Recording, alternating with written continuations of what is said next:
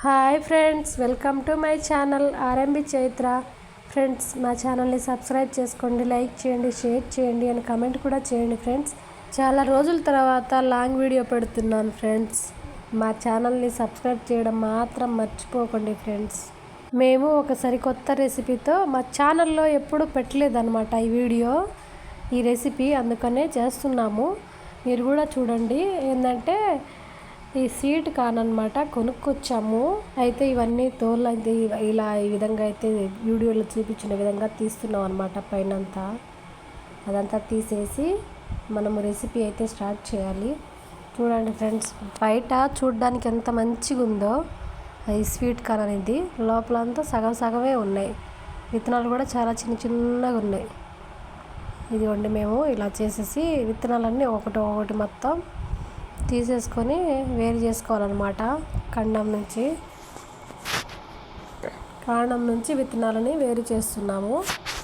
వేరు చేసి మనం రెసిపీ అయితే చేయాలన్నమాట. ఇది మొత్తం ఇలా ఒకటి తీస్తేనే బాగా వచ్చింది. మేము ఫస్ట్ టైం చేస్తున్నాం యూట్యూబ్లో. అంతకుముందు కూడా చేసాము, చాలా బాగా వచ్చింది. అందుకనే మీరు కూడా చేసుకుంటారని వీడియో అయితే పెట్టడం జరుగుతుంది. ఇది మీరు కూడా మీకు నచ్చితే చేసుకోండి.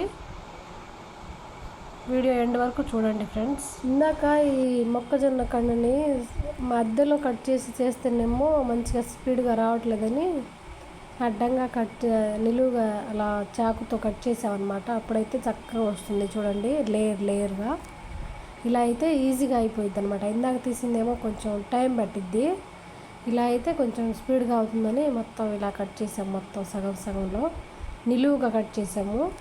నిలువుగా కట్ చేస్తే విత్తనాలు అనేది నీట్గా వచ్చేసింది అనమాట. ఇది ఇలా ఈ విధంగా చక్కగా వచ్చేసింది.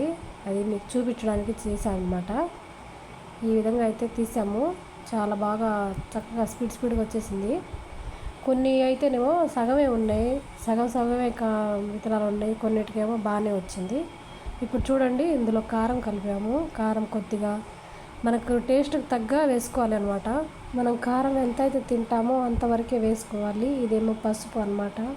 పసుపు కూడా దాంట్లో తగినంత కొంచెమే వేసుకొని చేసేసుకోవాలి. తర్వాత నేను టేస్ట్ బాగుండిద్దని చెప్పేసి నేను ఇంకా మసాలా పౌడర్ వేస్తున్నాను అనమాట. కొంచెం చిన్న స్పూన్తోనే వేసాను, అన్నీ కొంచెం వేసాను. అంటే టేస్ట్ బాగుండాలి, క్రిస్పీగా ఉండాలని. ఇదేమో సాల్ట్ అనమాట. రుచికి తగ్గ సాల్ట్ వేసుకోవాలి. తర్వాత మనము కార్న్ఫ్లవర్ వేసుకుంటాం ఫ్రెండ్స్.